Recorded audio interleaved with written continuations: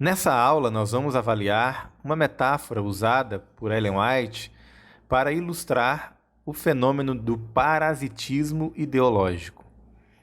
Ellen White usa uma ilustração da biologia para falar como o erro parasita a verdade. Ela afirma que Satanás introduz uma multiplicidade de erros que obscurecem a verdade. O erro gruda como parasita na árvore da verdade e tira sua vida da verdade. Assim como o hospedeiro, a parasita do erro também produz o seu fruto, que é de caráter diferente do fruto original. Veja, por exemplo, como essa vespa do vídeo coloca ovos numa aranha. Pense na aranha como a igreja, a teologia cristã, que ao longo da história foi parasitado por muitas ideologias e tradições humanas. Ao usar essa ilustração da biologia, Ellen White lança muita luz sobre o mecanismo das ideias parasitoides. Alguns parasitas conseguem controlar até mesmo seu hospedeiro. O fenômeno se chama manipulação comportamental do hospedeiro. Nesse processo, os objetivos do parasita passam a ser a prioridade e os objetivos do hospedeiro passam a ser secundários. O parasita assume o total controle. Preste bastante atenção. Algumas vespas, nos estágios imaturos, desenvolvem-se como parasitas no corpo ou nos ovos de outros artrópodes. Recentemente, foi descoberto que as larvas de himenópteros parasitoides são capazes de alterar o comportamento das aranhas que estão consumindo, induzindo a construção de teias totalmente modificadas logo antes de matá-las. Esse tipo de interação é chamada de manipulação comportamental do hospedeiro e ocorre sempre que um parasita ou parasitoide de alguma forma altera o comportamento normal de seu hospedeiro para aumentar sua sobrevivência ou capacidade de dispersão para um segundo tipo de hospedeiro. Um caso particularmente interessante na manipulação comportamental envolve a vespa parasitoide Hymenaepimesis bicolor e a aranha Nephila clavipes, como veremos aqui. Quando localiza uma aranha, a vespa realiza um voo de reconhecimento, provavelmente avaliando o tamanho do possível hospedeiro. Há um mito muito difundido de que, para promover o engajamento social, eu preciso abrir mão da doutrina. Ou pelo menos não falar de doutrina. Como se a doutrina conservadora cristã, a doutrina ortodoxa do cristianismo, fosse um impedimento ao engajamento social. A história mostra que isso está muito errado, absurdamente errado. Desde o primeiro século da era cristã, os cristãos se envolveram em pautas sociais justamente por acreditarem. O evangelho tem consequências sociais. Você não precisa abrir mão de nada do evangelho para se envolver em causas sociais. Aliás, é por compreender devidamente o Evangelho, na sua integridade, no seu todo, que eu me envolvo em causas sociais. O que eu vejo é que a militância cristã hoje, ela tem negociado doutrinas cristãs. Então, a fim de promover o engajamento, eu finjo que o pecado não é mais pecado. Ou pelo menos eu omito que o pecado não é mais pecado. A fim de promover algumas pautas identitárias, eu omito outras questões da Bíblia. Então, eu posso usar o discurso profético, denunciar a exploração, denunciar a exploração que a elite promove sobre os mais fracos, os mais pobres. Eu posso usar Deuteronômio, a lei, eu posso citar o ano do jubileu, mas se eu sou um cristão, eu também tenho que citar a defesa da família, do modelo familiar como de Gênesis.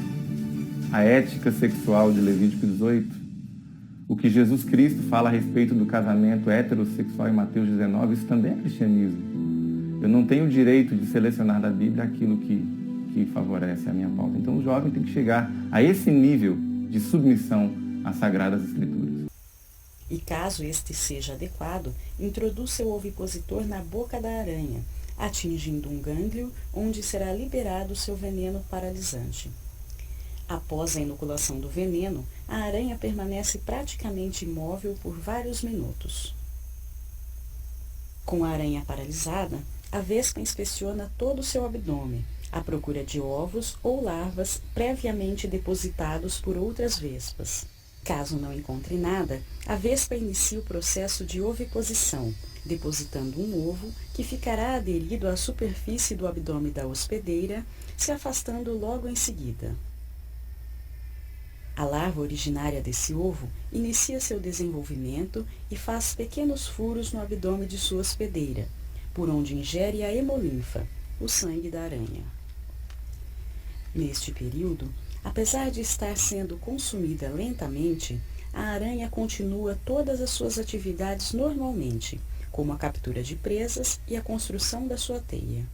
Nem sempre o problema é a afronta direta. Muitas vezes o problema é o oferecimento de uma alternativa. Algumas ideologias se comportam como uma religião.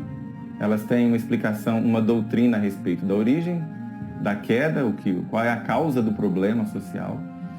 Elas têm uma doutrina da salvação, uma soteriologia. Algumas têm até a figura do Messias político. E quase todas elas têm uma escatologia, ou seja, elas entendem a história como uma narrativa com um final, um telos da história, né? E isso, paralelo ao cristianismo, tende muitas vezes a obscurecer a doutrina cristã. Então a minha escatologia deixa de ser a volta de Jesus, novo céu, nova terra, e passa a ser um outro novo céu, uma outra nova terra, né? E a inversão de prioridades entre a teologia cristã e a ideologia que o cristão segue, ela pode levar à idolatria. Jesus deixa de ser o Senhor e passa a ser um mero militante das minhas causas sociais. Por volta do 10º dia após o parasitismo, a aranha já está muito fraca e não demonstra mais a mesma reação à intercepção de suas presas por sua teia. A aranha tenta inúmeras vezes remover a larva parasitoide de seu corpo, quase sempre sem sucesso. Depois de cerca de 13 dias, a larva atinge o 3º instar de desenvolvimento, quando surgem tubérculos com pequenos ganchos na sua superfície. Nesse período e nos dias subsequentes, ocorre a modificação comportamental do hospedeiro. Embora o processo exato ainda esteja sendo estudado, supomos que a larva injeta uma substância na aranha, que faz com que ela construa uma teia modificada, ideal para que a larva construa seu casulo e fique protegida. Menores e mais simples, as teias modificadas são mais resistentes. As teias apresentam uma parte de fios de barreira que ficarão exatamente na frente do local em que a larva utilizará para construir o casulo, protegendo-a contra possíveis predadores. Logo depois da construção da teia modificada, a larva mata a aranha e consome quase todos os nutrientes de seu corpo. Historicamente, o cristianismo enfrentou dificuldades com a ingerência ideológica sobre a missão. Foi assim com o evangelho social, ficou conhecido como evangelho social, final do século XIX, início do século XX. Foi assim com o movimento dos direitos civis do pastor Martin Luther King, depois da morte dele. O que era um reavivamento espiritual se tornou mais um movimento com uma forte ingerência política. Foi assim com o movimento feminista na primeira onda, o movimento trabalhista das trade unions na Inglaterra. Aquilo que começou como um forte movimento cristão, ou pelo menos com uma profunda inspiração cristã, ao longo da história o tempo foi passando e aquilo virou basicamente um movimento político com um ou outro chavão cristão. E o adventismo não está imune a isso. Nós precisamos fazer as coisas certas pelas pressuposições corretas. Não basta a boa intenção ou a boa atividade. Se o que gerou aquela boa ação não foi uma reflexão teológica, nós vamos ter problemas. Em algum momento vai surgir uma encruzilhada, uma questão ética ou uma questão doutrinária. Então, a minha antropologia, ao lidar com o ser humano, deve ser a de Gênesis. A minha preocupação com a questão social deve ser a preocupação bíblica. A origem da minha ação deve ser bíblica. Pode ter alguma contribuição das ideologias, dos pensadores humanos, mas o esqueleto, a coluna central da minha ação deve ser a reflexão bíblico-teológica. Ou seja, eu não me preocupo com o meio ambiente à parte da reflexão teológica. Eu não me preocupo com a questão racial. Eu não faço uma leitura negra da Bíblia. Eu não faço uma leitura feminista da Bíblia. Pelo contrário, a Bíblia lê o feminismo. A Bíblia lê o movimento identitário e não o contrário. Não é preciso procurar muito para encontrar teologias por aí que são cristianismos zumbis controlados por ideologias parasitas. Existe um tipo de parasitoide que cresce dentro do corpo de uma lagarta.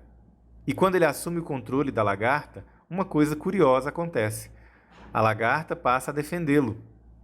Ela constrói um casulo em torno deles, ela deixa de fazer um casulo para ela mesma se desenvolver e coloca os parasitas como prioridade no seu trabalho.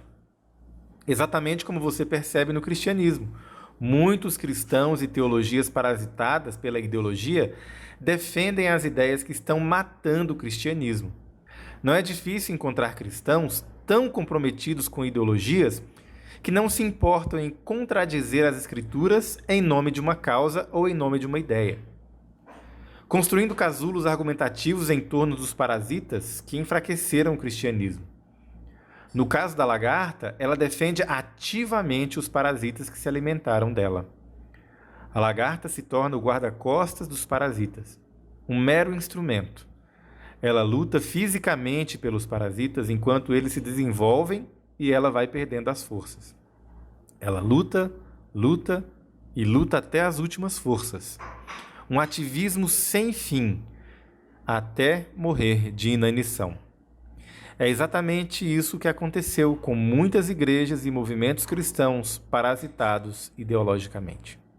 Tiago diz claramente que a religião verdadeira é essa, né? É você cuidar dos órfãos e das viúvas nas suas necessidades e manter-se incontaminado do mundo. Ou seja, tem duas cláusulas. Eu não posso superenfatizar o cuidado dos órfãos e das viúvas e achar que estou liberado a me contaminar com o mundo. Por outro lado, eu não posso superenfatizar e me preocupar tanto em me manter incontaminado do mundo a ponto de me alienar e achar que eu não tenho nada a ver com órfãos e viúvas. São as duas coisas. E os cristãos, historicamente, conseguiram fazer isso. E fazer muito bem. Cuidar das pessoas e manter a pureza. Cuidar das pessoas e manter em alta conta a ortodoxia doutrinária. O apóstolo Paulo aconselhou dois jovens no Novo Testamento. Ele dedicou três cartas, na verdade. Uma para Tito, um líder muito jovem, e duas cartas para Timóteo. E para esses dois jovens, a exigência foi a mesma. Vocês precisam ser o padrão da igreja. Vocês precisam ser o padrão na pureza, no procedimento e também na questão doutrinária. O padrão para a juventude cristã continua o mesmo, que a cristologia do jovem deve ser bíblica. Ele deve ser apresentado ao Jesus da Bíblia. A todo momento o jovem é bombardeado com uma figura de Jesus. O Jesus da periferia, o Jesus militante nas redes sociais, um Jesus que não tem os atributos que a Bíblia apresenta. Então é papel da igreja, da família, e é papel do próprio jovem buscar nas Escrituras o Jesus das Escrituras. Uma vez, Jesus perguntou para os seus seguidores: o que os homens dizem que eu sou? E eles responderam: um grande profeta, Elias, um dos profetas ali, alguém respeitável. E essa é a figura que muitas pessoas, inclusive dentro do cristianismo, têm de Jesus. É um grande homem, um grande líder, no mesmo nível de outros grandes homens da história. Mas aí Jesus perguntou para os seus discípulos: e vocês, quem dizem que eu sou? E a resposta é a única resposta viável ainda hoje: tu és o Cristo, o Filho do Deus vivo. A nossa juventude deve responder assim. E isso com todas as consequências dessa resposta. Se ele é o Cristo, o Filho do Deus vivo, isso tem consequências na minha vida. Jesus não é um militante da minha pauta, da minha causa social. Jesus não se assenta à mesa com outros pensadores de igual para igual. Jesus não se assenta à mesa com outras ideologias para conversar de igual para igual e buscar uma síntese. Um balcão de negociações ideológicas, onde ele abre mão de algumas coisas, a ideologia de lá abre mão também de algumas coisas, e nós chegamos a uma conclusão: e agora eu sou cristão e alguma outra coisa. Não. A Bíblia é muito clara. Jesus é exclusivista nesse ponto. Ninguém pode servir a dois senhores. Ele se assenta, sim, diante das ideologias, mas como um juiz, para julgar todas elas. Não é de igual para igual. Ele está acima.